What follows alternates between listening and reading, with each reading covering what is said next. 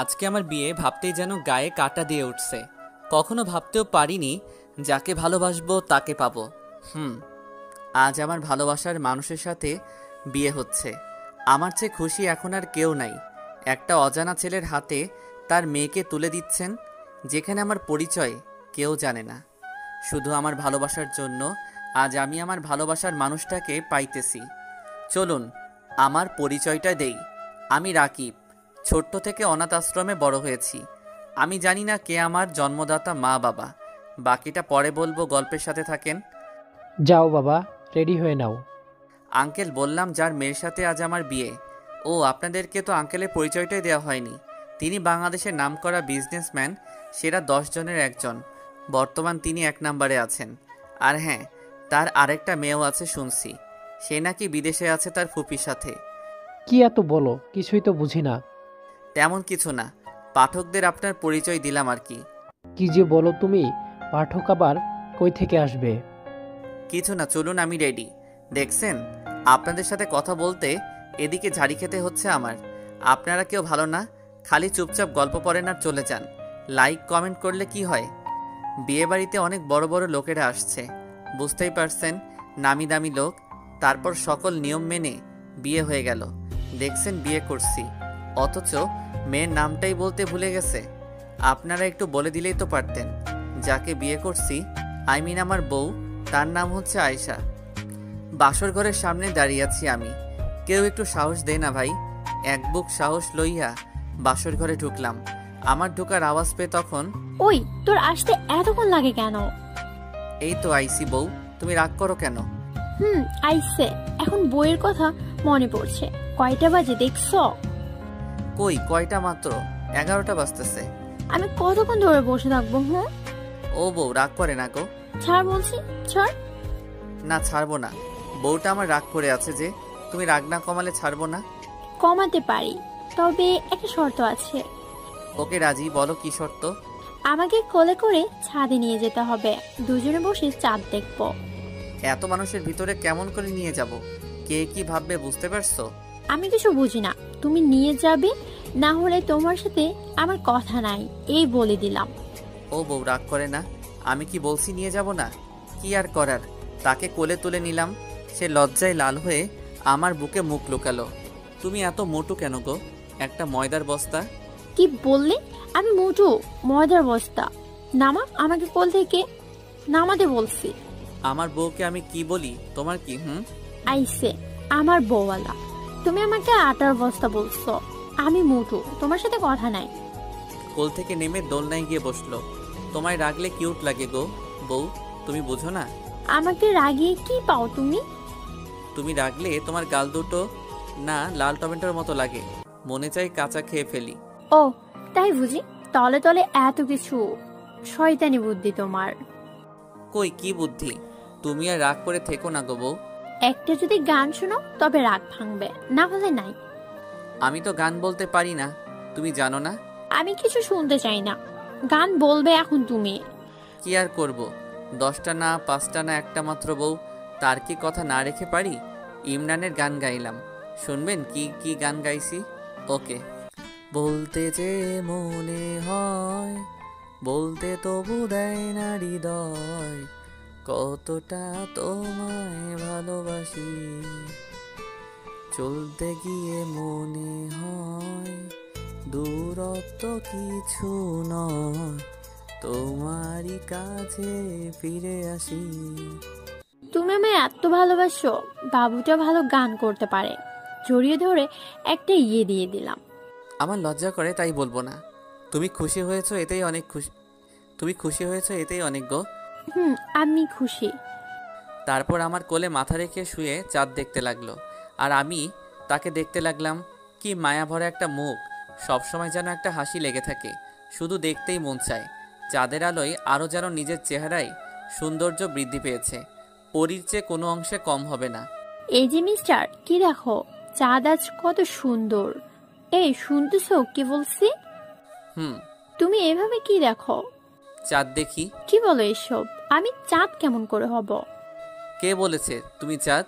তুমি তো চাঁদের চেয়েও অনেক সুন্দর। চাঁদ মামাও তোমার সৌন্দর্যের কাছে হার মানবে, যা ভাষায় প্রকাশ করতে পারবো না। সত্যি? আমি কি মিথ্যা বলি নাকি? ওকে আমার সোনা বাবুটা। এই চলো, অনেক রাত হয়েছে, ঘুমাতে হবে তো। আর একটু থাকি না প্লিজ। না, তা হবে না, বেশি রাত জাগলে শরীর খারাপ করবে তোমার। আচ্ছা যাবো, তবে কোলে করে নিয়ে যেতে হবে। তুমি বলছো আর আমি না নিয়ে যেতে পারি? তারপর কোলে নিয়ে নিচে চলে আসলাম। তোমার কষ্ট হলে নামিয়ে দাও। কই কষ্ট হয়, তোমাকে এভাবে সারা জীবন রাখতে পারবো? সত্যি রাখবে তো? তুমি যদি চলে যাও আমি কিন্তু মরে যাব সেদিন। কখনো যাব না তোমায় ছেড়ে, এই জীবন থাকতে তো নয়। তারপর রুমে ঢুকলাম। এই যে তোমার মতিগত কিছু ভালো লাগছে না। কি বললা? আমার মতিগতি ভালো না? যাও তুমি। আমার বাবুটা রাগ করে না, দেখো আমি এভাবে বলতে চাইনি। আমি কি কিছু বলছি? যাও তো তুমি। একপাশে শুয়ে পড়লাম। এইদিকে ঘুরো না। আচ্ছা বাবা সরি, আর বলবো না প্লিজ, এদিকে ঘুরো। এমনভাবে বলতেছে আরেকটু হলে মনে হয় কান্না করে দিবে। আমারও কেমন লাগছে তার কান্না, আমারও সহ্য হয় না। তার দিকে ঘুরলাম। কথা বলো না কেন? বুঝছি রাগ করে আছো, দাঁড়াও তোমার রাগ ভাঙিয়ে দেই। লিপ কিস করে বসলো, কতক্ষণ পরে ছেড়ে দিয়েছে তা আমার অজানা। হাঁপাতে হাঁপাতে, এরকম কেউ করে? যদি মরে যেতাম। আমি থাকতে তুমি মরবে না, যেভাবে করছি আবার সেভাবেই করব, তুমি ঠিক হয়ে যাবে। তোমার সাথে আমি পারবো না, কথা দিয়ে। গুড নাইট, ঘুমিয়ে পড়ো। Okay good night. এই তুমি আমার বুকে কেন মাথা রাখছো? আজ থেকে এখানে প্রতিদিন মাথা রেখে ঘুমাবো, বেশি কথা বলবে না। তোমার এই বুকে শুধু আমি মাথা রাখবো। আচ্ছা, তোমার জায়গায় কেউ নিতে পারবে না কোনোদিন। অতঃপর দুজন দুজনকে জড়িয়ে ধরে ঘুমিয়ে পড়লাম। সকালে সকালে উঠে দেখি আয়শা ভেজা চুলে আয়নার সামনে বসে আছে, মানে কেবল গোসল করে আসলো। দেখতে আরো মায়াবী লাগছে, যেন তাকিয়ে থাকি তার এই মায়াবী রূপের দিকে। কি জনাব, ঘুম ভাঙলো? কিছু না বলে শুধু তার দিকে চেয়ে আছি। এই যে এভাবে কি দেখো? চোখের সামনে এসে তুড়ি বাজিয়ে, তোমায় দেখি গো, তুমি এত মায়াবী কেন? শুধু দেখতে মন চাই। যা শয়তান। হইছে, আর লজ্জা পেতে হবে না। যাও ফ্রেশ হয়ে আসো। তারপর ফ্রেশ হয়ে এসে নিচে গেলাম। আয়শা আগেই নিচে গিয়েছে নাস্তা রেডি করতে। শুভ সকাল আঙ্কেল। শুভ সকাল। তা বাবা, এখনো কি আঙ্কেল বলবা, বাবা বলে ডাকবা না? ঠিক আছে আঙ্কেল, সরি আব্বু বলে রাখবো। আব্বু বলে ডাকবে আজ থেকে। তারপর নাস্তা করতে বসলাম তখন। আব্বু, জান্নাত কখন আসবে? ও, বলতে ভুলে গেছি, ওরা কিছুক্ষণ পরে আসবে। বাবা, তুমি যদি ওদের পিক আপ করে আনো তাহলে ভালো হয়। আমি কাজের জন্য বাইরে যাব, আসতে দেরি হবে আমার। ঠিক আছে আব্বু, ওদের চিনবো কি করে আমি? আগে খাও তো, জান্নাতের ছবি আছে আমার কাছে, পরে দেখে নেবে। তারপর নাস্তা করলাম। আঙ্কেল কাজের জন্য বাহিরে গেছে, আমিও গাড়ি নিয়ে এয়ারপোর্টের দিকে যেতে লাগলাম। আর পৌঁছে গেলাম সেখানে। এখানকার ম্যানেজারের সাথে কথা বলে জানতে পারি আর 10 মিনিট পর ল্যান্ড করবে প্লেন। অপেক্ষার প্রহর শেষ হলো, অবশেষে ওনারা আসতেছে, মানে জান্নাত আর খালা খালুরা আসতেছে। তাদের কাছে গিয়ে বললাম, আসসালামু আলাইকুম। ওয়ালাইকুম আসসালাম। তোমায় তো চিনলাম না। খালু, আমি রাকিব, আয়শার হাজবেন্ড। আপনাদের পিক আপ করতে আসছি। তুই কেন আসছিস? আব্বু কই? আঙ্কেল কাজের জন্য আসতে পারিনি, তাই আমি আসছি। হচ্ছে কি জান্নাত? সম্পর্কে তোমার দুলাভাই হয়, সম্মান দিয়ে কথা বলো। এর মতো ছোট লোকদের আমার চেনা আছে, আল্লাহ জানে আপু এই ছোট লোককে কি দেখে পছন্দ করলো। বাবা, তুমি ওর কথায় কিছু মনে করো না। ও ছোট থেকে জেদি, মা মরা মেয়ে, বুঝতেই তো পারছো। না, আমি তেমন কিছু মনে করিনি, ছোট মানুষ তো। এই ছোট লোক, যা গাড়ি নিয়ে আয়, এখানেই দাঁড় করে রাখবে। মোহনা, তুমিও শুরু করছো? তোমায় দেখে তো তোমার বাচ্চারা শিখবে, কিন্তু তুমি এইসব সি। গাড়ি নিয়ে তাদের কাছে গেলাম, তাদের সবকিছু গাড়িতে তুললাম। তারা গাড়িতে বসলো। বাবা, তুমি কিছু মনে করো না, ওরা একটু এইরকমই তো। না না, কিছু মনে করিনি। এদের কথা শুনে মনে হলো এই লোকটা বাদে এরা দুইজন জেদি আর অহংকারী। আর জান্নাত জানলো কি করে আমি যে ছোট লোক? তাহলে ফ্ল্যাশব্যাকে শুনুন। আমি একটা অনাথ আশ্রম থেকে বড় হই, তো একদিন বিকেলে হাঁটতে বের হইছি। তখন একটা ছেলে জান্নাতের ব্যাগ চুরি করে। আমি ঠিক সেই দিক দিয়ে যাইতেছিলাম, আর ছেলেটা আমার কাছে এসে ধরা খায়। আমি তার কাছ থেকে ব্যাগ উদ্ধার করে জান্নাতকে দিতে যাব, তখন এই নিন আপা আপনার ব্যাগ। ছি ছি ছি, গায়ে কি গন্ধ, যেন দম বন্ধ হয়ে আসছে। আমি কি বলবো, আজকালকার যুগে পোশাক দেখে মানুষ মানুষকে বিবেচনা করে। আমার গায়ে ছিল ভালো কোনো কাপড়, ঢিলাঢালা প্যান্ট শার্ট। কিছু বের করিসনি তো আবার ব্যাগ থেকে? গরিব হতে পারি তাই বলে চোর নই। এই ছোট লোকের বাচ্চা, আমার এটিএম কার্ড কই? দে, জলদি কার্ড বের কর।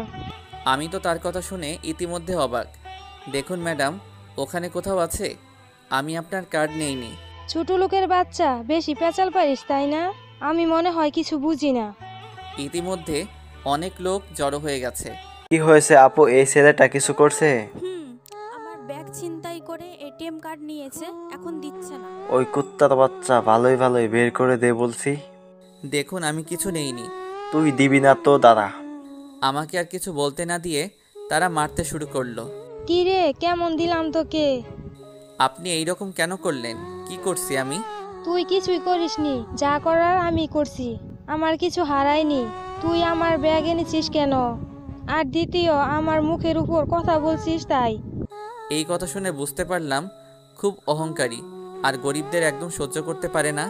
আমি কোনো রকমে উঠে অনাথ আশ্রমে চলে আসলাম আপনাদের সাথে কথা বলতে বলতে। ওরা সবাই চলে গেল আর এও বুঝলাম আয়শার খালু তার খালাকে খুব ভয় পায়। আমি গাড়ির ডিকি খুলে তাদের লাগেজগুলো নিয়ে গেলাম। দূর থেকে কেউ একজন ঠিকই দেখছে। তাদের রুমে লাগেজগুলো দিয়ে আসবো তখন দেখছো খালা, এই ছোট লোকে এই কাজে কেমন মানিয়েছে? রে, ঠিকই বলেছিস, ভালোই হবে। একে তোর বাড়ির কাজের লোক বানিয়ে রাখবি। বেকার এত কাজের লোক রাখার কি দরকার? তাদের কথা শুনে মনটা খুব খারাপ হয়ে গেল। আজ গরিব বলে এত কথা শুনতে হবে, আর দূর থেকে ঠিকই একজন সবকিছু দেখছে আর শুনছে। আমি আমার রুমে আসলাম। আমার রুমে মানে আয়শার রুমে। এই, তোমাকে জান্নাতার খালা এত কথা বলে তুমি কেন কিছু বললে না? তারা তো ঠিকই বলছে, গরিবদের রাজভোগ খাওয়ার অধিকার নেই। তাদের হয়ে আমি সরি বলছি। তুমি মন খারাপ করে থেকো না। কই মন খারাপ করলাম, ঠিকই তো আছি। আমি জানি বলতে হবে না কখন তোমার কেমন লাগে। এরপর থেকে যদি তারা কিছু বলে ছেড়ে দেবে না, ভুলে যাবে না তুমি এই বাড়ির বড় জামাই। গো বউ। আচ্ছা চলো কিছু খেয়ে আসি। আচ্ছা চলো, আমারও খুব ক্ষুধা লাগছে, তাই আর না করলাম না। খাওয়ার সময় আমি যখন চেয়ারে বসতে যাব তখন এই ছোট লোকের বাচ্চা, তোর সাহস কি করে হয় এখানে বসে খাওয়া, তাও আবার আমাদের সাথে? যা নিচে গিয়ে খা। জান্নাত, ভালোভাবে কথা বল, তোর বড় সম্মান দে। আমি উঠে আসতে যাব তখন আয়শা হাত ধরে আবার বসিয়ে দিল। কি রে, ক্ষমা চা তাড়াতাড়ি। আমি চাইবে ছোট লোকের কাছে ক্ষমা? তুই ভাবলি কি করে আপু? আয়শা ছাড়ো তো এসব, আমি গেলাম, আমার খিদে নেই, তুমি খেয়ে নাও। রুমে চলে আসলাম। তুই কি দেখে এই ছোট লোকটাকে বিয়ে করলি? Just shut up. ভুলে যাব তুই আমার বোন, যদি রাকিবের সম্পর্কে আর একটা বাজে কথা বলিস। তারপর কিছু খাবার নিয়ে রুমে আসলো। আমি আনমনে ভাবছি এখানেও মনে হয় শান্তি পাবো না। কি দোষ করেছি আমি? ছোট থেকে শুধু ছোট লোক ছোট লোক, আমরা কি মানুষ না? জবাব দাও খোদা, জবাব চাই তোমার কাছে। পিছন থেকে যে কেউ ডাকছে, আমার তা খেয়াল নেই। এই, কোথায় চলে গেলে? কিছু কি বললে? তোমায় কখন থেকে রাখছি, মন খারাপ করে থেকো না প্লিজ। কে বললো আমি মন খারাপ করে আছি? আমি জানি তো তুমি মচকাবে, তবুও ভাঙবে না। কি বললে তুমি? ঠিকই তো, আর মন খারাপ করে থাকতে হবে না, এই খেয়ে নাও। না, আমার খিদে নেই, তুমি খেয়ে নাও। তুমি না খেলে আমিও খাবো না। আমার খেতে ইচ্ছে করছে না, তুমি খেয়ে নাও। তা বললে হবে না, খেতে হবে তোমার।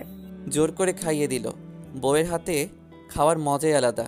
বিয়ে করে জেনে নিয়েন, আমি আর আয়শা একে অপরকে খাইয়ে দিচ্ছি, আর দূর থেকে একজন রাগে ফুঁসতেছে। ছোট লোককে আবার আধিক্যতা দেখানো হচ্ছে। তোদেরকে কখনো একসাথে থাকতে দিব না। এই ছোট লোকের বাচ্চাকে দেখলে তো আমার কাশি উড়ে ওঠে। পরের দিন সকালে আমি নাস্তা করে উপরের সিঁড়ি দিয়ে উঠছি। এই যে রাকিব ভাইয়া, বলো। আমার রুমে একটু আসবে, দরকার ছিল। কি বলো আগে, তারপর? আসলে সেই দিনের ব্যবহারের জন্য সরি। কি ব্যাপার, আজ সূর্য কোন দিক থেকে উঠলো? মনে মনে ভাবছি। বললাম তো সরি, ক্ষমা করে দাও না। কান্না করো না তো, তুমি তোমার ভুল বুঝতে পারছো, এটাই অনেক। আমি চলে আসতে যাব তখন আবার ডাক দিল। তুমি কি ফ্রি আছো? তেমন তো কোনো কাজ নেই। তাহলে আমার রুমে আসো, বসে গল্প করি। না থাক, আমার গল্প করা লাগবে না। ও বুঝেছি, আমায় ক্ষমা করো নাই। ক্ষমা করলে আর ফিরিয়ে দিতে পারতে না। মারো মুঝে। ইমোশনাল ব্ল্যাকমেল মেয়েরা একটু ভালোই পারে। আচ্ছা চলো। তুমি এখানে বসো, আমি কফি বানিয়ে আনছি। উঠে গিয়ে দরজা আটকে দিল। এই কি করছো তুমি? তুই কি করে ভাবলি আমি তোর মতো ছোট লোকের কাছে ক্ষমা চাইবো? মানে কি করতে চাইতেছো তুমি? তুমি এইরকম করছো কেন? হেল্প হেল্প, কেউ আছো? আমায় বাঁচাও প্লিজ। খালা খালু বাড়িতে ছিল, তারা আওয়াজ অনুসরণ করে দেখে জান্নাতের ঘর থেকে আসতেছে। মা তোর কি হয়েছে, দরজা খোল। জান্নাত গিয়ে দরজা খুলে দিল। খালার খালু জান্নাতের এই অবস্থা দেখে অবাক, সাথে আবার আমাকে এই রুমে। তখন আঙ্কেল আর আয়েশা আসলো, এসে জান্নাতের এইরকম অবস্থা দেখে বলল, এই তোর এরকম অবস্থা কেন? আপু আমাকে বাঁচাও এই নরঘাতকের হাত থেকে। রাকিব তোর এই অবস্থা করেছে? মানে কি বলতে চাইতেছিস? আপু বিশ্বাস কর তুই, আমি রুমে একা বসে গান শুনতেছি, রাকিব ভাই এসে রুমে দরজা বন্ধ করে আমি জান্নাতের কথা শুনে বাক প্রতিবন্ধী হয়ে গেলাম। সবকিছু এত তাড়াতাড়ি হচ্ছে যা আমার বলার বাহিরে। একটা মেয়ে কতই না অভিনয় করতে পারে। আয়েশা আমার কাছে এসে, জান্নাত যা বললো তা কি সব সত্যি? বিশ্বাস করো আমি ওইসব কিছু করিনি। আয়শা, এ ছেলে মিথ্যা বলছে। আমি নিজে ধাক্কা দেওয়ার আওয়াজ শুনলাম। এসব মিথ্যা, আমি কিছু করিনি। আয়েশা তো আমায় বলতে না দিয়ে, কত আর মিথ্যে বলবি তুই? এতই তোর দেহের প্রতি লোভ, আমায় বলতে পারতি। আমি কি করব ভেবে পাচ্ছি না। আমার কথা কেউ বিশ্বাস করছে না। ছি ছি, তোমায় ভালো ছেলে ভেবেছিলাম, আর তুমি এরকম একটা লম্পট ছেলে। আয়েশা বিশ্বাস করো আমি এসব কিছু করিনি। তোর মতো ছেলে আমার হাত কোন সাহসে ধরেছিস? আর কি বললি? তুই কিছু করিসনি? তুই জান্নাতকে দর্শন করতে চাসনি? নিজের চোখে দেখেও কি করে বিশ্বাস করবো তোকে বল? আপু এত কথা না বলে পুলিশকে ধরিয়ে দে। ছি বাবা, তোমার কিছু না থাকার সত্ত্বেও শুধু মেয়েটার মুখের দিকে চেয়ে তোমার হাতে তুলে দিলাম, আর তুমি আমার পায়ে কুড়াল মারলে। আমি নিশ্চুপ হয়ে শুনে যাচ্ছি। কি বা বলবো? যার জন্য এই বাড়িতে আছি সেও তো ভুল বুঝলো, আমায় ধর্ষক বানিয়ে দিল। পুলিশ আসলো। আসসালামু আলাইকুম স্যার। ওয়ালাইকুম আসসালাম। এই ছেলেকে ধরে নিয়ে যাও। বিশ্বাস করো আয়েশা, আমি এসব করিনি। আমার কথা একবার বিশ্বাস করো। এই তোর কি শুনবো? আর যেন কোনোদিন না দেখি তোর এই মুখ। যদি সামনে আসিস সেদিন আমার মরা মুখ দেখবি, আর আমি তোকে খুব তাড়াতাড়ি ডিভোর্স পেপার পাঠিয়ে দেব। একটা কথা, আজ আমি অপরাধ না করে যে অপবাদ পেয়েছি তা কখনো ভুলবো না। আর যেদিন তোমার ভুল বুঝতে পারবে সেদিন হাজারো খুঁজলেও আর খুঁজে পাবে না আমাকে। তুমি ডিভোর্স চাইতেছো না? খুব তাড়াতাড়ি দিয়ে দিব, কান্না করে বললাম। নিয়ে যান আর উপযুক্ত শাস্তি দিবেন। চিন্তা করবেন না ম্যাডাম। আমায় নিজে জিপে তুলল। শেষবারের মতো দেখে নিলাম। আয়েশা অনেক কান্না করছে। জিপ থেকে নেমে লকআপে ঢুকালো। তোর তো দেখি খুব সাহস, বড়ও খাবি আবার ছোটও খাবি। বাবা বাবা, বিশ্বাস করুন স্যার, আমি এসব করিনি। কি বলতে চাচ্ছিস তুই? তুই দর্শন করতে চেষ্টা করিসনি? না না না, আমি ধর্ষক নই। আমাকে আর বলতে না দিয়ে মারতে লাগলো। খুব সাহস তোর না, ছোট লোকের বাচ্চা। বড় লোকের মেয়ের দিকে চোখ তুলে তাকাস। আজ তো রেপ করা বের করছি।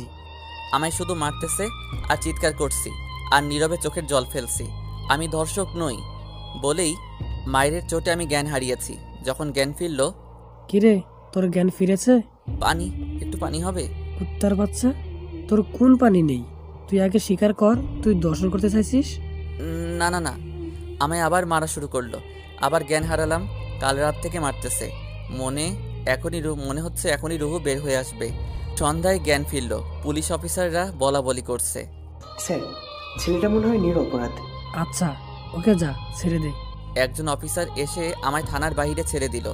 অন্ধকার নেমেছে, কিছুটা বুঝতেছি না কোন দিকে যাব। খুব পানির পিপাসা পেয়েছে। সামনে রাস্তার উপরে একটা নলকূপ দেখতে পেলাম। যখন রাস্তা পার হব তখন হঠাৎ একটা গাড়ি এসে আমায় ধাক্কা দেয়। চোখ বুজে যায় আমার, আর কিছু মনে নেই। আমি অজ্ঞান হয়ে যাই। যখন জ্ঞান ফিরল তখন নিজেকে চার দেওয়ালের মাঝখানে নিজেকে আবির্ভূত করি। বোঝার চেষ্টা করতেছি এখন আমি কোথায় আছি। তখন কারো একটা কথা বেঁচে উঠল, তুই ধর্ষক, তোর বেঁচে থাকার কোনো অধিকার নেই, দূর হয়ে যা আমার সামনে থেকে। না না, আমি ধর্ষক নই। জোরে চিৎকার করে আবার জ্ঞান হারালাম। যখন আবার জ্ঞান ফিরল তখন একই কথা শুনতে পাই, আমি ধর্ষক। কান চেপে ধরে, না আমি ধর্ষক নই, চুপ করো। বাবা তুমি শান্ত হও। বাবা তোমার নাম কি, আর কেনই বা তুমি রাস্তায় এভাবে ঘুরে বেড়াচ্ছ? জি, আমার নাম রাকিব। তোমার বাসা কোথায়, আর তোমার পরিবারে কে কে আছে? আসলে আমার পরিবার বলতে কেউ নাই। আমি ছোট থেকে অনাথ আশ্রমে বড় হয়েছি। ও, তোমার কি হয়েছে যে বারবার ধর্ষণ ধর্ষণ বলতেছ? আর তোমার সারা গায়ে কিসের এত দাগ? আবার ধর্ষক কথা শুনে জ্ঞান হারাই। ডাক্তার, ডাক্তার, কি হয়েছে না? একটু দেখেন তো। তেমন কিছু না, অনি মনে হয় মানসিক ভারসাম্য হারিয়েছে, যার জন্য বারবার জ্ঞান হারাচ্ছে। ঘুম পাড়লে সব ঠিক হয়ে যাবে। কখন যেন জ্ঞান ফিরছে, চারিদিকে শুধু অন্ধকার, মানে রাত হইছে। কয়টা বাজে তা আমার অজানা। তার কিছুক্ষণ পরেই ভোরের আলো ফুটতে লাগলো, মানে সকাল হবে। আমাকে নড়ে উঠতে দেখে সেই ভদ্রলোক জেগে উঠল। বাবা, তোমার জ্ঞান কখন ফিরেছে? এই তো আঙ্কেল, কিছুক্ষণ আগে। এখন কেমন লাগছে তোমার? আগের চেয়ে ভালো। আচ্ছা, তুমি ফ্রেশ হয়ে নাও, আমি নাস্তা আনতেছি। আঙ্কেল চলে গেল। সত্যি এনার মতো মানুষ হয় না। রক্তের কোনো সম্পর্ক নেই, না আমার সম্পর্কে সবকিছু জানে, তবু যেন নিজের সন্তানের মতো করে সব দায়িত্ব পালন করছে। আঙ্কেল, আপনি এত কষ্ট কেন করছেন? তুমি বুঝবে না বাবা। আচ্ছা আঙ্কেল, আমি এখানে কতদিন ধরে আছি? 1 সপ্তাহ পর তোমার জ্ঞান ফিরেছে। কি এতদিন? তাও আমার জন্য কষ্ট করছেন? তোমার জন্য না বাবা। আমার জন্য না মানে? তাহলে আপনি এত কিছু করলেন কেন? তোমায় দেখে কেমন জানি আমার একটা অদ্ভুত অনুভূতি হতে লাগলো। কেউ যেন বলছে, আব্বু আমায় বাঁচাও। আর যে এই কথাটা বলছে সে আর কেউ না, আমার ছোট ছেলে হাসান। আপনার ছেলে এই কথা বলছে? কই সে? না মানে, সে অনেক আগে হারিয়ে গেছে। সরি আঙ্কেল, আমি জানতাম না। আচ্ছা, তুমি খেয়ে নাও। আমি নাস্তা করে নিলাম, আঙ্কেলও করলো। আচ্ছা বাবা, এরপর তুমি কোথায় যাবা? জানি না আঙ্কেল, তবে যেতে হবে কোথাও না কোথাও, জায়গা করে নিব নিজের থাকার। তার মানে এখন তুমি রাস্তায় রাস্তায় ঘুরে বেড়াবে? আর তুমি যদি চাও আমার সাথে যেতে পারো আমার বাসায়। না, আপনি আমার জন্য অনেক করছেন, আর কষ্ট দিতে চাই না। ধুর বোকা, মনে করো আমি আমার ছেলের জন্য করছি। তুমি কি হতে পারো না আমার ছেলে? এটা কি বলছেন? আপনি তো আমার সম্পর্কে কিছু জানেন না। জানতে হবে না, আমি যা বুঝার বুঝেছি। বাবা বলে ডাকতে পারবি না আমায়। আব্বু। বোকা ছেলে, কান্না করে না তো। আমি ডাক্তারের কাছে থেকে আসতেছি, তুমি থাকো। ডাক্তার, দেখেন তো আর কিছু সমস্যা আছে কিনা। না চৌধুরী মশাই, সব ঠিক আছে, আপনি চাইলে নিয়ে যেতে পারেন। আর হ্যাঁ, ওনার কিন্তু রেস্টের প্রয়োজন আছে। আঙ্কেল মানে সেই ভদ্রলোক আমার দায়িত্ব নিজেই বহন করলেন। কি করে ওনার কথা ফেলে দেই, তাই ওনার সাথে ওনার বাসায় যাচ্ছি। আচ্ছা আঙ্কেল। আঙ্কেল, কি আব্বু বলে ডাকতে পারিস না? আচ্ছা আব্বু, বলছি যে আমরা কোথায় যাচ্ছি? তোমার বাসা রাজশাহীতে যাচ্ছি। ওই বাড়িতে আর কে কে আছে? তোমার বড় একটা বোন আছে আর ভাই। সেখানে যাই, তারপর বলবো। আচ্ছা, আমার খুব ঘুম পাচ্ছে, তাই গাড়িতে ঘুমিয়ে পড়ছি। আব্বু, আমার জন্য কি আনছো? তোমার জন্য একটা সারপ্রাইজ আছে মামুনি। কারা যেন কথা বলছে, তাদের কথা শুনে আমার ঘুম ভাঙলো। চারদিকটা একবার ভালো করে দেখে নিলাম। বিশাল বড় একটা বাড়ির সামনে গাড়ি দাঁড় করা। বাড়ি যেন নয় একটা রাজপ্রাসাদ। আঙ্কেল আর একটা মেয়ে কথা বলছে। কে এই মেয়ে? বাবা, নামো গাড়ি থেকে। জি আব্বু। আব্বু, কে এই ছেলে? তোমাকে আব্বু বলে ডাকতেছে। ওহো, পরে বলবো। অনেক দূর থেকে আসছে, আগে জিরাতে তো দিবি। আমাকে বাড়ির ভিতর নিয়ে গেল। এটা বাড়ি না, যেন একটা রাজপ্রাসাদ। কি দেখছেন এমন করে? এত বড় বাড়ি কি আপনার? এটা আমাদের বাড়ি। আসুন, আপনার রুম দেখিয়ে দেই। চলুন। আমাকে একটা রুম দেখিয়ে দিয়ে তিনি চলে গেলেন। আমি ফ্রেশ হয়ে নিলাম, তখন আবার খেতে ডাকলো। তারপর খেয়ে আবার রুমে এসে ঘুম দিলাম। এই যে উঠুন, আর কত ঘুমাবেন? আমি ফ্রেশ হয়ে নিচে গেলাম। সেখানে অনেকেই বসে আছে, মানে আড্ডা দিতেছে। আব্বু তোমায় এখানে আব্বু বলে ডাকছে। কে ও? রাকিব, বসো, পরিচয় করিয়ে দিই। এই যে দেখছো, ইনি তোমার মা, এ হচ্ছে মিম, তোমার আপু। ও আচ্ছা, তুমি যে বললে তোমার আরও একটা ছেলে আছে, সে কই? সাকিব, সে তো আমার সাথে থাকে না, সে তোমার নানু বাড়িতে থাকে অনেক বছর ধরে।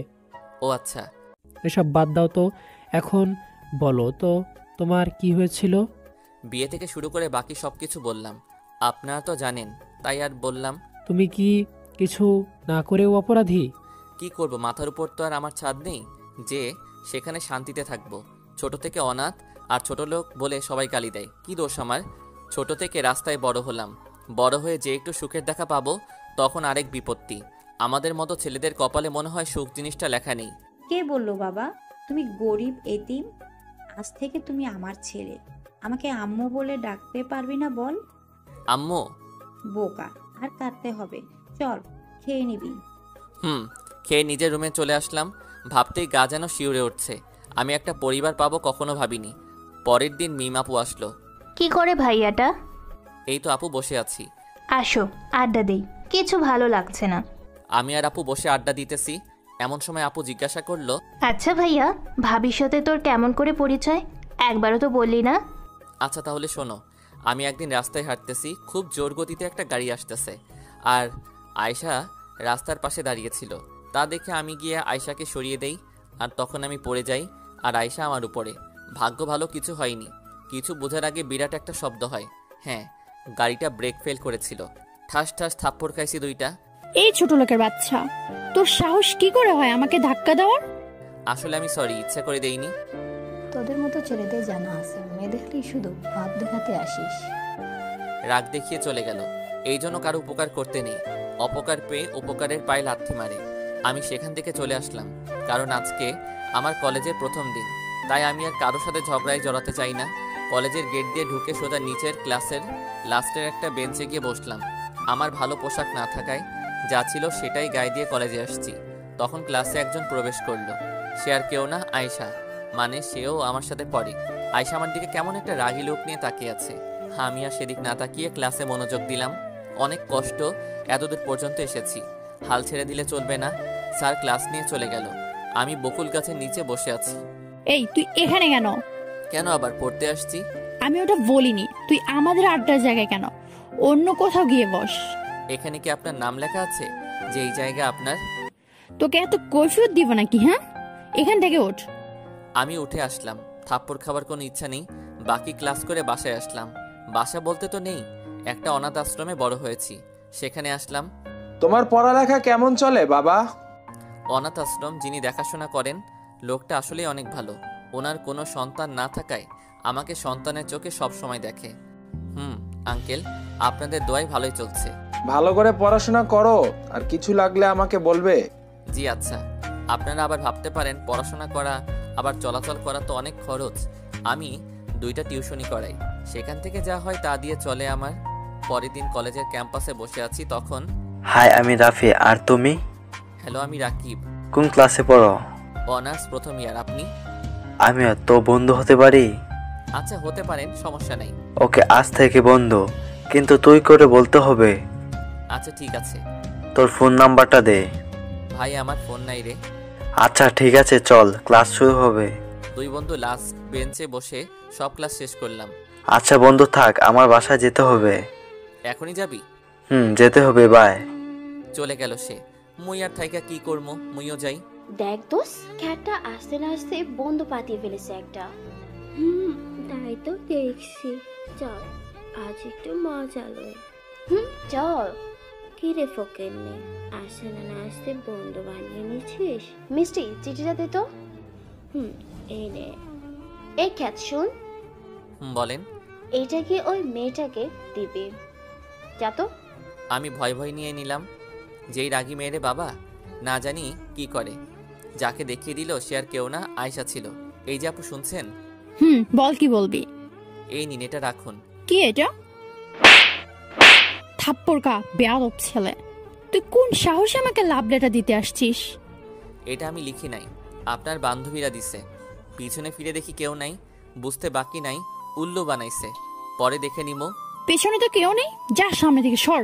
আয়নায় নিজেকে কখনো দেখছিস? নিজেকে দেখিস তারপর আসিস। কিছু বুঝলাম না। থাক, আর বুঝতে হবে না। খাইয়া দাইয়া তো আমার আর কাজ নাই। আবার সেই ফুটপাথ দিয়ে হাঁটতেছি, হঠাৎ কি যেন ধাক্কা দিল। আমার আর কিছু মনে নেই। আরে ভাই, আমারে না, সামনে থাকা এক ব্যক্তিকে দিছে। আমি কি যাকে দেখলাম মাথায় আকাশ ভাঙবে মনে করছেন? সেটার কেউ না, সে হলো আয়শা ছিল। প্রচুর ব্লাড বের হচ্ছিল। হাসপাতাল কাছে থাকায় তাকে নিয়ে খুব তাড়াতাড়ি হাসপাতালে যাই। ডাক্তার তাকে নিয়ে জরুরি বিভাগে গেলেন। ডাক্তার, ওনার কেমন অবস্থা? আপাতত 1-2 ব্যাগ রক্ত লাগবে। রক্তের গ্রুপ কি? ও পজিটিভ রক্ত লাগবে। আমাদের এখানে এই গ্রুপের রক্ত এই মুহূর্তে নেই। যা করার তা তাড়াতাড়ি করে, না হলে রোগীকে বাঁচানো যাবে না। এখন কি আয়শার পরিবার আসার অপেক্ষায় থাকবো, নাকি আমি রক্ত দিব? আপনি আমার রক্ত দিন। আমার রক্ত ও পজিটিভ।